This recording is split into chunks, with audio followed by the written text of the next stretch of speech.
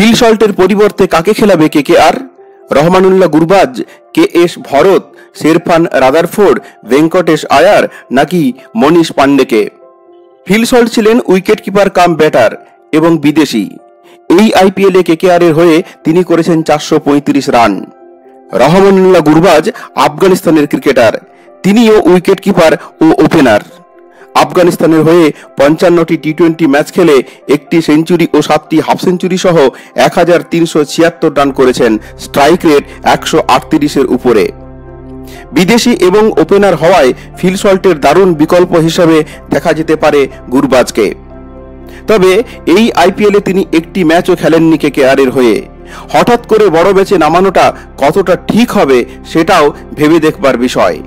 তাছাড়া তিনি কতটা ফিট আছেন সেটা দেখাও গুরুত্বপূর্ণ। দ্বিতীয় পরিবর্তন হতে পারেন কে.এস. ভরত। গুজরাট টাইটান্সের হয়ে বিগত আইপিএলগুলিতে খেলেছেন বেশ কিছু ম্যাচ।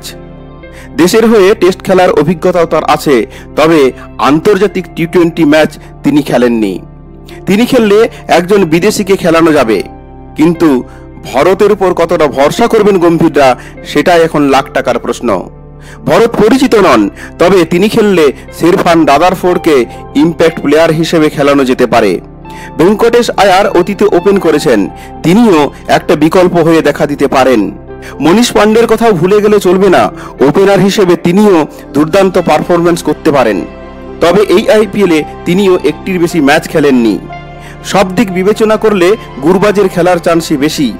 মনে রাখতে হবে কেকেআর এর সাফল্যের পিছনে রয়েছে ওপেনারদের বিরাট অবদান। তাই এমন কাউকে বেছে নিতে হবে যে কেকেআর এর সাফল্যের ধারাকে অব্যাহত রাখতে পারবে। তোমাদের কি মনে হয়, কাকে খেলালে যথাযথ হতে পারে? কমেন্ট করে জানাও, আর চ্যানেলটিকে অবশ্যই সাবস্ক্রাইব করে দাও।